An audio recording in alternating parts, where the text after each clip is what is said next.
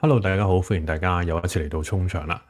今日係2026年嘅6月4號啊。咁啊，前一晚咧我就睇咗我喺英國一個月以嚟嘅第3套港產片啦。咁就係呢個我們不是什麼嘅。同前兩套比啦，咁啊包括就嗰套劇本亂咁嚟嘅寒戰啦，同埋都有一啲回憶嘅再見 UFO 啦。呢一出嘅我們不算什麼咧，我會形容為3出裏邊最虐心啦嚇，最沉重啦，但係嗰個成個嘅張力係最強嘅一套嘅。咁啊，劇入邊電影入邊兩位嘅主角都係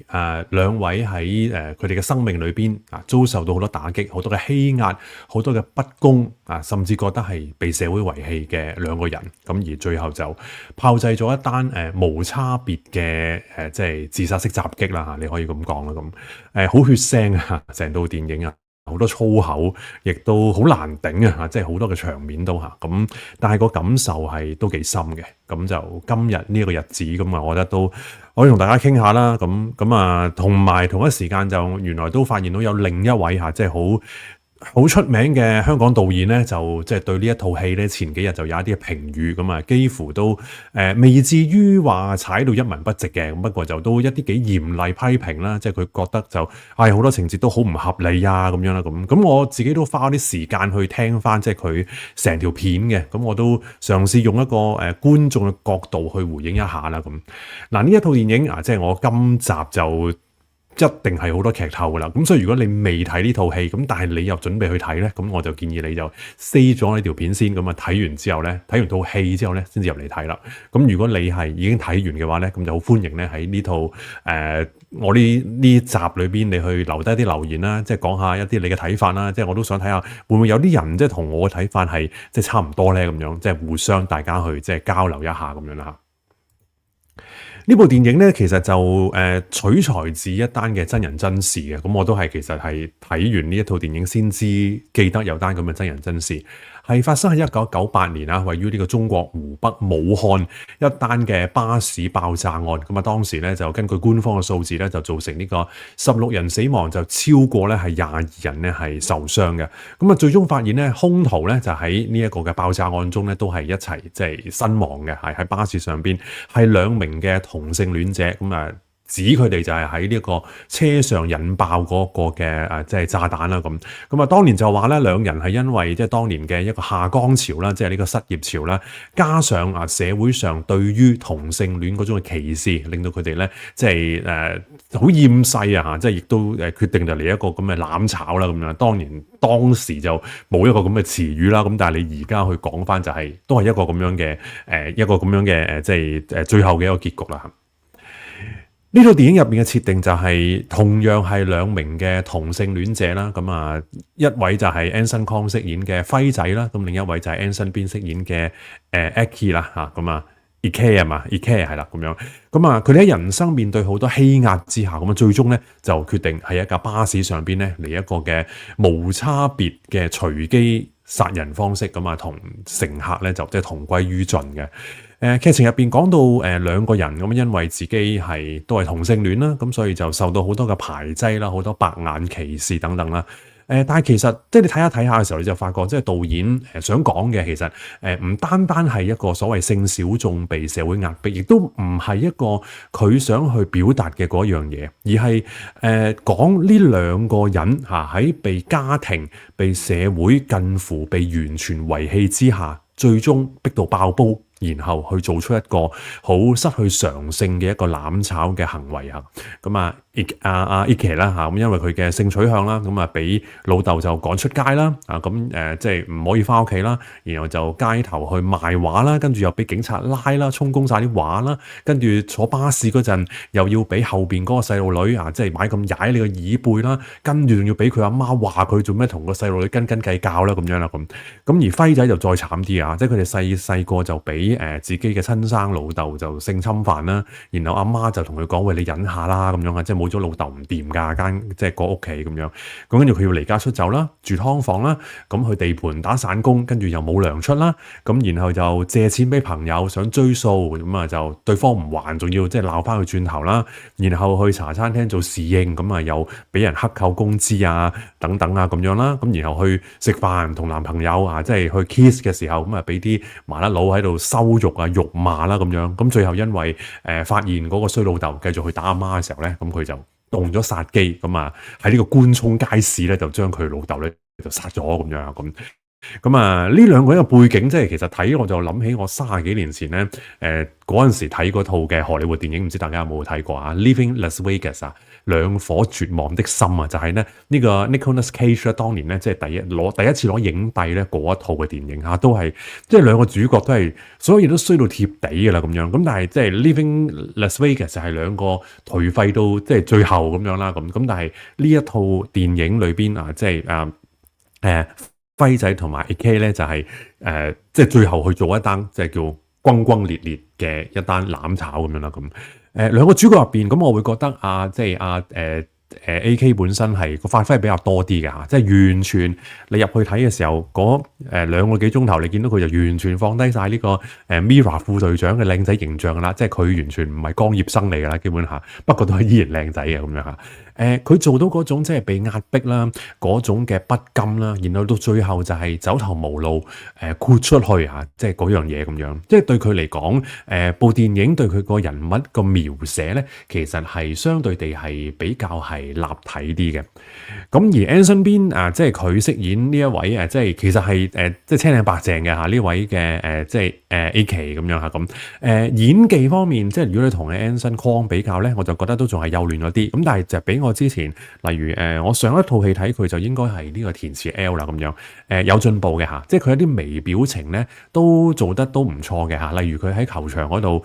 即係第一次遇到阿輝仔啦，咁例如即係佢住咗喺輝仔嘅劏房之後，同佢去交換個飲筒啊，交換個匙羹啊嗰啲咁樣啊咁樣，同埋佢去講到就係即係俾老豆趕出屋企嗰種嘅心痛啊，即係聲淚俱下嗰種咧，咁其實都見到佢個演技係都有進步嘅。另外即係呢套電影裏邊另外一位嘅男主角就係飾演嗰位被逼退休嘅鑑證科嘅警務人員啦，阿龍 Sir 啦，譚耀文啦咁。爆炸案啦，因為呢一單咁所以咧警方就特別咧就委任佢翻嚟咧做一個即係 contract 啦即係嗰啲即係政府嗰啲叫 N 仔工啦，應該嚇，即係大家到政府就知明我叫咩叫 N 仔噶啦咁。我係視佢為成部電影一個幾主要嘅一個，好似一個講故事的人啊，即係佢係貫穿晒成部戲嘅嚇。咁然後到最後佢喺發現即係查案查到最尾嘅時候，發現去到原來嗰兩位兇徒咧即係呢兩位兇手咧，就係喺巴士爆炸案發生嘅前一晚咧，佢係遇上過嘅咁樣嚇。咁即係當然呢啲嘢好巧合啦，咁但係因為係拍戲啊嘛咁樣。同埋譚耀文嗰把聲咧，我係聽得幾舒服嘅嚇，即係好多朋友去睇完套戲都係有咁嘅感覺啊。有朋友覺得話，喂，真係好似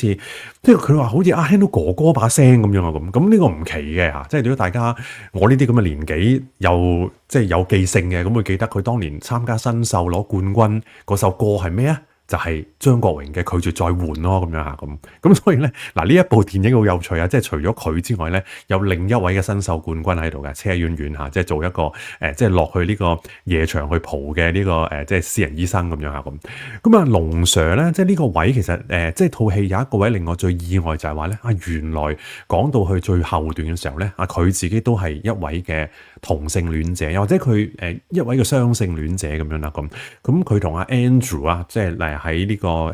電影裏邊駱振偉飾演嘅角色咧係有個關係嘅嚇咁，而 Andrew 咧亦都同阿 Ike 咧即係阿 Anson Bean 咧係有過一手嘅咁樣。咁你話喂點解啲所有角色都咁巧合嘅咧咁樣？咁做戲啊嘛，咁做戲就係咁巧合嘅啦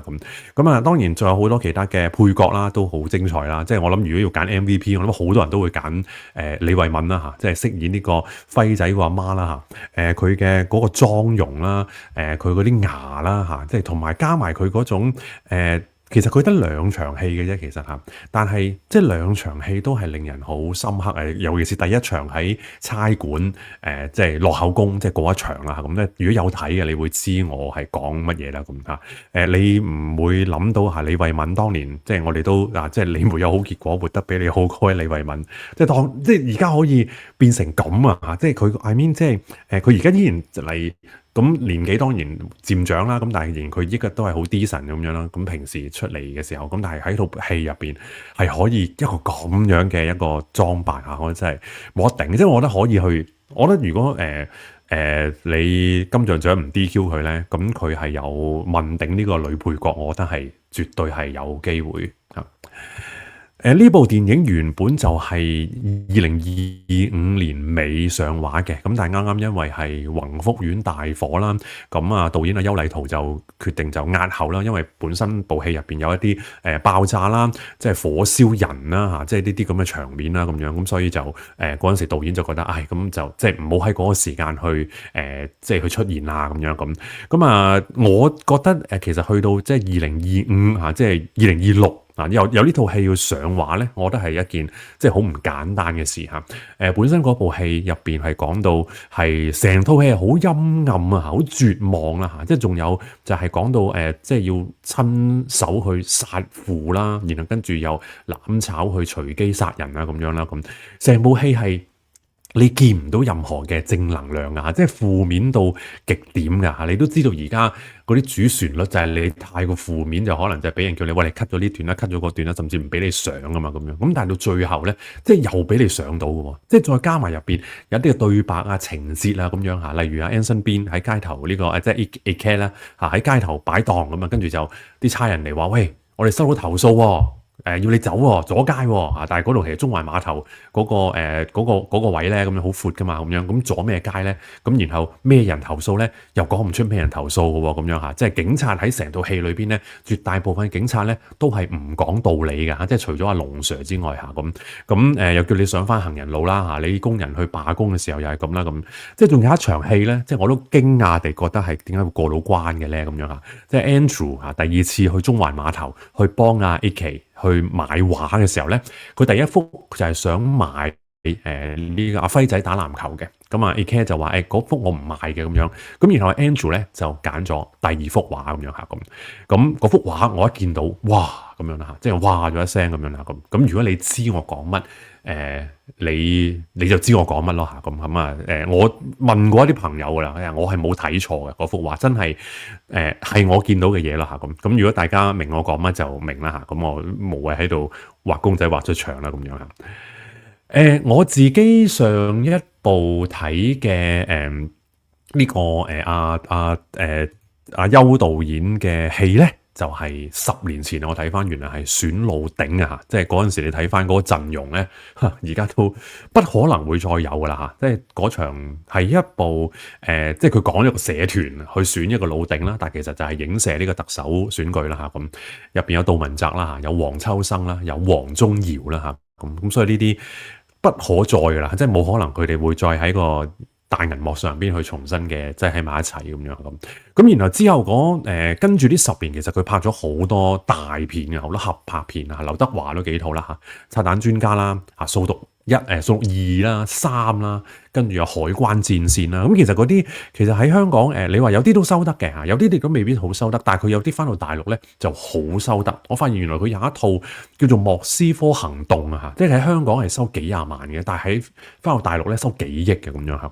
咁原來佢過去呢10年咧喺即係大陸裏邊係即係咁叫做吃香，我都唔知嚇，即係咁啊！你覺得邱禮濤以前係拍啲溝片噶嘛咁樣嚇？咁原來佢而家喺大陸係我真係唔知，我真係 check 翻我先知，原來佢已經係一啲所謂過億票房啊、10幾億票房嘅導演嚟嘅咁樣。咁然後到今日嚇，即係都係理解得到啊嚇！即係過去呢10年嚟嚇，即係佢拍咗呢啲咁多嘅片，然後即係有一啲嘅報酬嘅時候，跟住佢就自資去攞嚇，即係佢就話攞800萬港元出嚟去拍一套咧，係一定回唔到本嘅港產片咁樣。咁我覺得都係幾佩服嘅咁樣嚇。即係當然你話成部電影入邊啊，即係有一啲位，我覺得都係未最完善嘅嚇。例如有啲場景，我覺得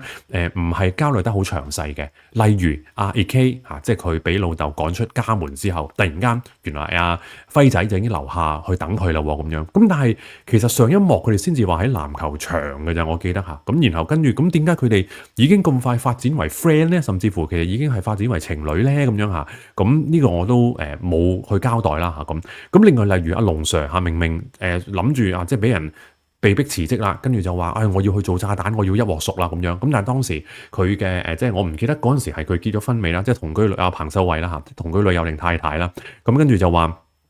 即係要去飲通渠水咁樣。咁然後跟住就發覺即刻即係有個轉變喺度，打消咗佢呢個一鑊熟嘅念頭啦咁樣。然後點解阿彭秀慧又咁容易地接納得到自己嘅即係嘅另一半係曾經同男人發生過關係，跟住但係又接納到佢咧咁樣，咁呢啲都冇去交代得到咁。咁我都明，即係喺2個幾鐘頭裏邊嚇，你好難每一個呢啲叫做比較嘥嘅位係好難都去講得到嘅。咁我覺得少少有我唔覺得叫瑕疵嘅，只不過係交代得唔清楚，但係我亦都唔覺得話會好太影響到成出戲嗰個即係觀感啊咁樣啦咁嚇咁。嗱，我就唔代表到所有觀眾啦，咁但係我好相信就係唔止我一個都會明，就係阿邱博士啦嚇，邱導演點解佢會拍呢一套電影啦嚇，即係佢係真係拍俾香港人睇，特別係拍俾呢幾年嘅香港人去睇嚇，即係無論你呢幾年你係一個乜嘢立場，你乜嘢取態嘅香港人，我覺得都唔多唔少，因為你經歷咗2019嚇，跟住到疫情啊，即係你都有一種嘅傷痕喺度。跟住再經歷埋呢幾年好多好多嘢，你見到好多好多嘅嘢，宏福苑大火啊等等好多嘢，你嗰種嘅怨恨，你嗰種嘅憤怒係冇辦法去發泄得到，去宣泄到出嚟。跟住你更加覺得呢個世界原來係冇最荒謬，只有更荒謬嘅時候呢。點解個世界會變成咁呢？點解好多人都好似俾個社會離棄咗一樣呢？嚇，呢樣嘢係我覺得喺呢部電影裏邊係引起到我嘅共鳴啦，至少就係咁。咁而部戲表面上就係好似講2個同性戀者嗰種喺社會上邊嗰種被欺壓嚇，即係當然其實你可以加埋阿龍 Sir 嚇，龍 Sir 都係嚇，因為佢去咗即係俾人即係查牌斷正咁，然後就話會影響警隊聲譽喎嚇，咁啊你繼續留喺警隊嘅話咁樣，咁啊逼佢提早退休啦咁，其實係借住呢幾個同性戀者背後佢哋所經歷嘅事，去投射翻呢整個香港社會啊，特別係呢幾年一啲人即係被全方位打壓啊嗰樣嘢啊咁，即係數之不盡啦咁樣嚇。例如你開書店俾人搞咁樣，你大學教下書冇得教咁，跟住記者冇得做嚇，即係 book 場踢波都冇得踢咁樣啊。阿星哥嚇啱啱喺坐咗5日監出翻嚟嘅星哥都講過話，佢而家 book 唔到場噶啦嚇，因為佢係前記協主席嗰個身份啊嘛咁樣。咁所以其實部戲咧，我覺得係唔係嗰個焦點唔係寫嗰個所謂性小眾被壓迫嘅嚇嗰樣嘢咁，但係偏偏又會有人覺得就係話咧，哇睇完套戲好唔舒服啊！即係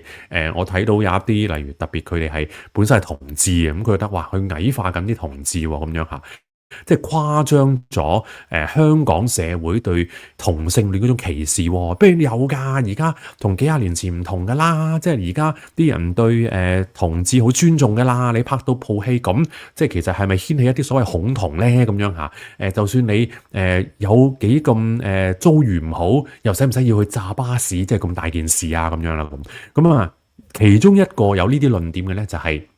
著名導演啊，當年拍過一部叫做《基佬40》嘅舒淇啦咁樣。咁佢原來前幾日就佢自己即係喺自己個 channel 就出咗一條評論啦，就用咗都個幾鐘頭去講呢個我們不是什麼嚇呢套電影嚇佢入邊嚇，即係其實佢絕大部分時間咧都係去批評部電影入邊嗰啲嘅內容嗰啲劇情係幾唔合理嚇，幾冇說服力嘅咁樣咁。咁我純粹就為咗我今晚我要出一條片，咁所以我都用一個好快嘅時間，我去真係去睇完阿舒淇導演即係嗰條片啦咁樣，咁直接聽完再去回應咧，我覺得係比較好啲咁樣，即係講一啲我唔同意阿舒淇導演嘅一啲嘅評論啦咁樣嚇。即係第一嚇，即係佢講到就係話咧，98年嗰單嘅武漢巴士爆炸咧，嗰2名兇徒咧就係其實係因為當時嗰個中國嘅政治背景，再加埋嗰個傳統道德嘅壓力咧，係好高啊，所以令到佢哋有嗰個犯案嗰個動機。咁但係阿舒淇導演就話啦，今時今日嘅香港嚇，同性戀者究竟會受到幾大壓力咧嚇咁啊？即係佢講翻入邊嘅劇情就係話啊，即係佢哋兩位主角喺餐廳嗰度嚇有一個嘅kiss，咁然後跟住俾一個麻甩佬嚇就鬧佢，喂，你哋死基佬咁樣嚇咁。佢阿舒淇導演就覺得，喂，去到2025年啦，即係嗰個設定嗰個嘅嗰個時間啦嚇咁，邊有人會仲咁樣講啊？佢覺得嚇，甚至佢話其實而家啲同志咧，啲同性戀者咧嚇，都會佢自己自稱自己做基佬啊嚇，即係佢唔介意去提自己嘅身份啊咁樣嚇。嗱我自己啦嚇，我諗我自己我真係唔會俾阿舒淇導演去了解得更多究竟即係香港個同志圈而家面對嗰個待遇嗰樣嘢啦咁。但係我純粹就係咁樣諗就算你係唔同嘅同性戀者咧，我都相信佢係分佈喺社會嘅不同階層啦嚇咁。有一啲你係個地位好高嘅，咁例如有啲即係本身自己都出咗櫃啊，例如你今日啦嚇，你落去可能都會落銅鑼灣嘅阿劉公子啦，我唔知有冇人即係叫佢今日唔好周圍走啦咁樣嚇。咁然後例如好似阿明哥啊、何韻詩啊，或者啲比較知名佢冇真係叫做出櫃，但係佢都彷彿都係一個公開的秘密嚇，佢都係一個同性戀者，一啲知名人士咁樣。咁佢哋當然即係受嘅攻擊可能冇咁大啦。咁不過唔知其實我阿明哥同阿何韻詩可能都依然係會即係嗰啲攻擊都係會好多咁。咁但係你阿舒淇導演你自己冇承受過啫，或者你自己你所認識嘅人冇承受過啫，其實唔代表所有人係冇受過嗰樣嘢噶嘛，係咪即係例如我自己，我話我嚟咗英國4年幾。我冇遇過被歧視，咁但係咁唔代表其他嘅香港人佢哋冇噶嘛嚇，咁我唔會講話，你自己多心啫，你邊有人哋邊有歧視你，邊有人哋咁得閒即係走去歧視你啫，即係我唔會講呢啲説話，因為嗰樣嘢係我冇經歷過，但係可能喺你嘅身上你係有經歷過噶嘛，咁所以阿舒淇導演講呢一種就係話自己見到佢就覺得係一個主流，佢覺得彷彿嗰個就係全世界，彷彿覺得就係社會普遍咧而家唔會歧視啲 LGBT 㗎啦，即係呢個都即係呢樣嘢，我覺得係未必正確嘅嚇。你自己圍嗰個爐咧，你覺得自己好大嘅，但係其實嗰個只係好細好細嘅一樣嘢嘅啫。你聽唔到而家啲人喺度嗌死基佬呢3個字嚇，即係唔代表呢3個字係冇人講嘅。咁而其實喺個劇電影入邊嚇，即係阿輝仔佢介意嗰樣嘢，其實佢介意嘅唔係俾人嗌死基佬啊，佢介意嘅就係其實佢諗翻就係嗰種佢由細到大被欺凌、被壓迫、被睇唔起嗰種嘅感覺啦嚇。咁我唔知阿舒淇導演呢樣嘢佢睇唔睇到咧咁樣咁。咁另外阿舒淇導演又講到佢話今日嘅香港社會嚇，即係唔同意佢係唔同意係會有一啲同性戀者因為社會嘅壓力咧，去產生咁大嘅反擊嘅，即係佢覺得香港社會同1998年即係嗰單嘅武漢巴士爆炸裏邊，中國大陸嗰種傳統嘅道德壓迫感咧，係不能夠去相提並論。嗱，呢一種同樣，我覺得就係你唔覺得有，係只係因為你冇去經歷過嗰樣嘢嚇，你根本係你自己未去到嗰個臨界點啊嚇咁，你自己可能。都或者你都對社會有啲不滿啦，咁但係可能你未俾人逼到去埋牆角咯嚇咁。我即係聽過啲朋友，即係佢係一啲專業人士，即係佢講話有唔少嘅即係輔導案例啦嚇，即係佢哋嗰啲嘅即係個案去同佢去 share 嘅時候就係話，佢哋本身一啲好遭遇啲好不幸嘅人，然後跟住佢哋咧有啲人會有一個諗法就係話，點解另外啲人過得比佢好？點解得我一個過得咁差咁樣？咁呢啲嘢我哋冇辦法去理解嘅嚇，因為我哋唔係嗰個人啊嘛。即係好似阿輝仔喺嗰個即係好似而家我 cap 圖呢一句啦嚇，即係佢呢一句當然係一個好文雅啦嚇寫得，但係其實佢入邊嘅對白咧就係佢哋淨係中意恰嘟我哋呢班老實人。佢哋淨係中意恰嘟我哋呢班老實人啊！我哋冇辦法明白㗎，因為我哋唔係佢啊嘛嚇，我哋唔係覺得呢個諗法我係應該啊嚇，即係最後我話佢去犯呢單即係叫做無差別即係殺人呢單嘢。我唔係話呢樣嘢應該，只不過係當我哋冇遭遇過呢啲事嘅時候咧，我哋係唔能夠去理解到點解佢哋會去鑽牛角尖去到呢一個位嚇。就好似喺電影入邊去講到嚇，即係阿龍 Sir 被逼退休，跟住阿舒淇導演話佢唔明點解阿龍 Sir 竟然會諗到去自製炸彈啊！佢話你作為一個警務人員，前警務人員，你知道呢個係一單好嚴重嘅事嚟嘅。如果你最後發生，哇！我係聽到即係我聽到就係阿舒淇導演喺嗰個片入邊咧，佢係唔止用咗一次竟然呢個字咧去形容一啲佢自己唔同意嘅嘢嚇。咁你係俾人覺得哇，你個眼光你嘅思想係咪都幾狹隘咧？係嘛？我都只能夠講就係話你竟然走去用竟然咁樣嚇，咁你自己冇經歷過嗰件事，你就唔好去覺得嗰件事係一樣好似哇，即係可能好不合情理喺你個身上邊，你個腦袋裏邊去諗，但係對於嗰啲人嚟講唔係咯咁樣嚇。咁而佢本身阿舒淇導演亦都喺嗰個幾鐘頭裏邊，佢用咗好大嘅篇幅咧，佢去講嗰個劇情。關於對同性戀者嗰種心理狀態嗰種反應啊，即係佢講好多好細節嘅嘢啊，即係點解會咁？點解會咁？點解個劇情會係咁啊？即係我覺得佢覺得唔合理咁樣啊，即係我呢啲唔詳細會講啊，因為咧佢講到呢一度嘅時候咧，我覺得佢已經係捉錯咗個用神，同埋捉錯焦點得好緊要啊！即係我都再講就係話，部戲唔係講同性戀者嘅關係，而係講用兩個同性戀者去投射到成個社會裏邊，俾社會去遺棄、被壓迫、唾棄、欺凌嘅人，而設定嗰個年份係喺2025年咁上下嘅年份。咁其實香港人會明咯，係咯，我只可以咁講咯。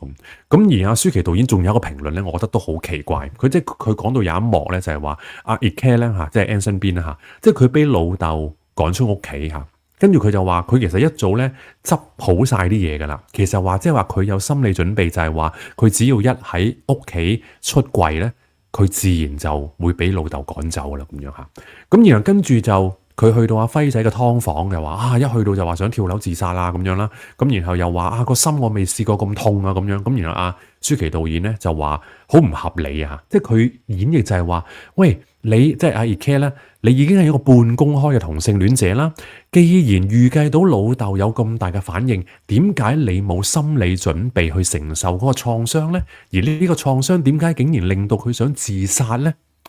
哇！呢一個我真係聽到咧，我都覺得竟然阿舒淇導演會竟然講啲咁嘅嘢。嗱，呢個世界就係你想象同真係發生嘅嘢咧，係可以有好大分別噶吓。好簡單例子啫嘛，即係上個星期我話，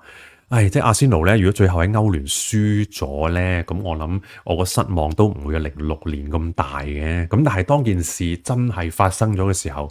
喂，我都唔開心咗12個鐘頭啊！即係我都唔開心咗半日，即係直至去到第二日，去到呢個勝利巡遊嘅時候，即係我個心先至俾現場嘅氣氛去即係撩興翻咁樣咁。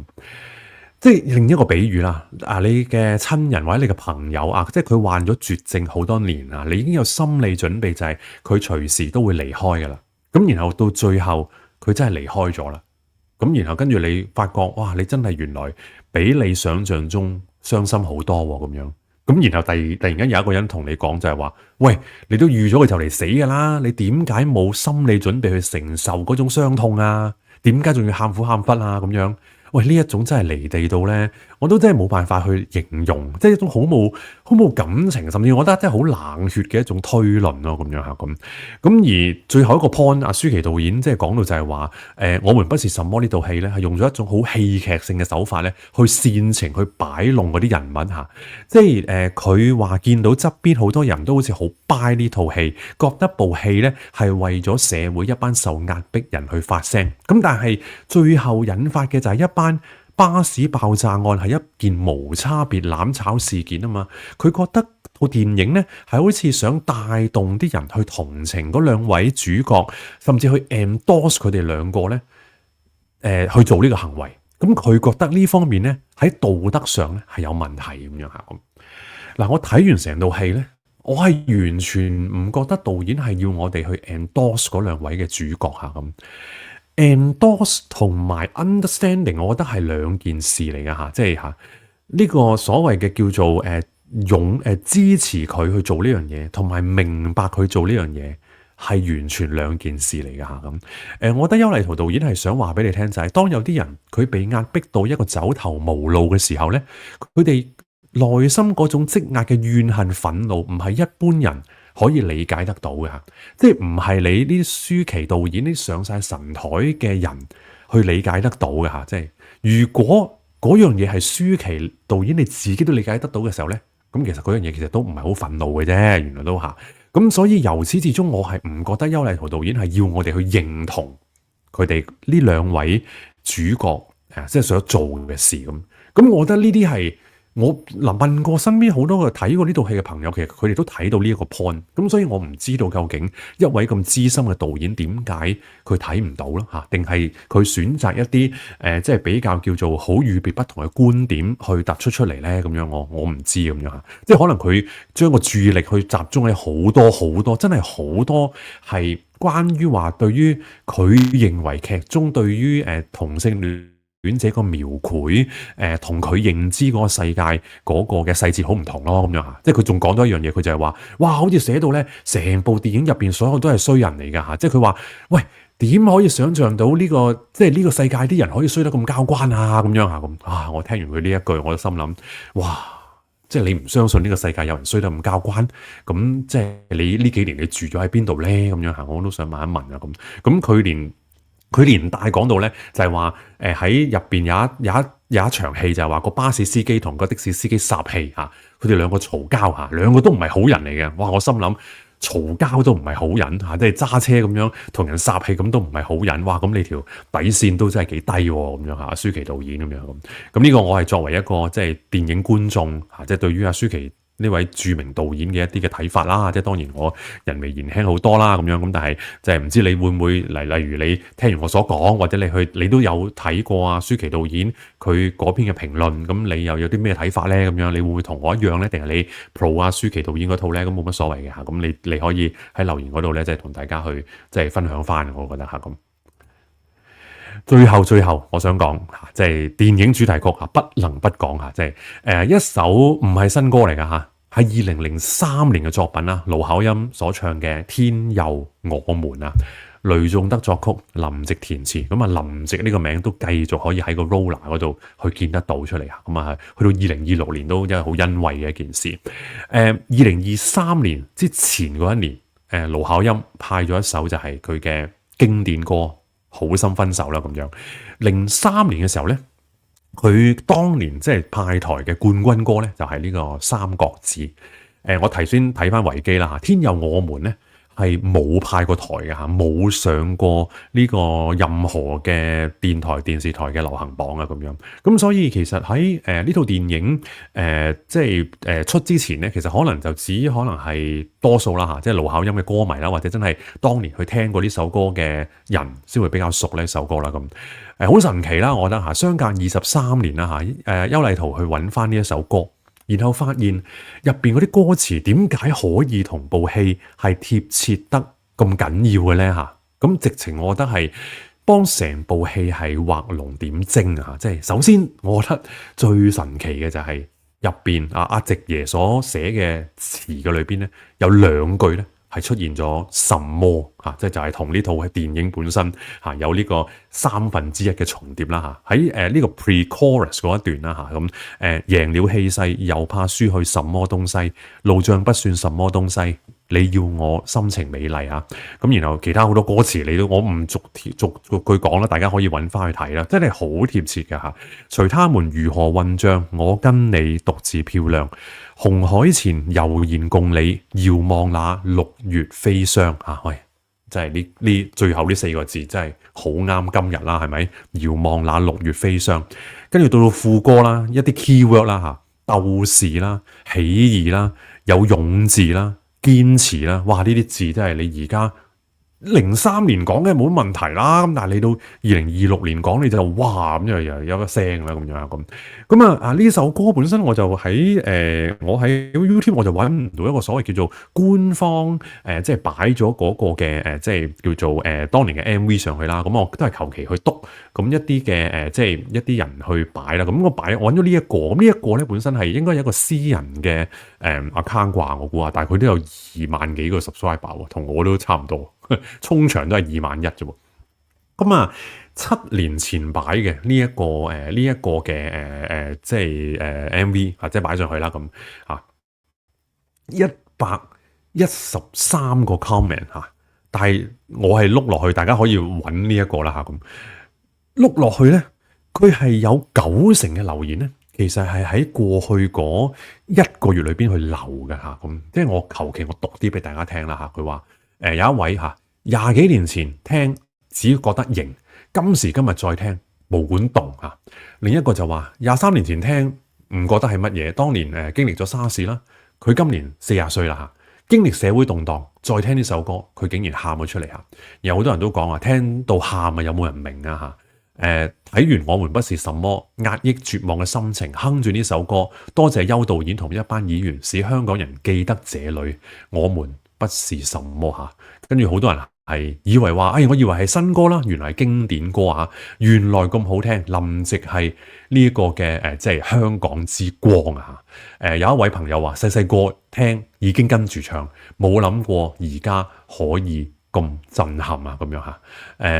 跟住睇我讀埋呢個啦嚇，咁樣睇完我們不是什麼套戲非常震撼我。另外不可思議嘅地方係一首2003年嘅歌，竟然同一套2026年上映嘅電影夾得令人痛心。林夕嘅詞係跨越時空，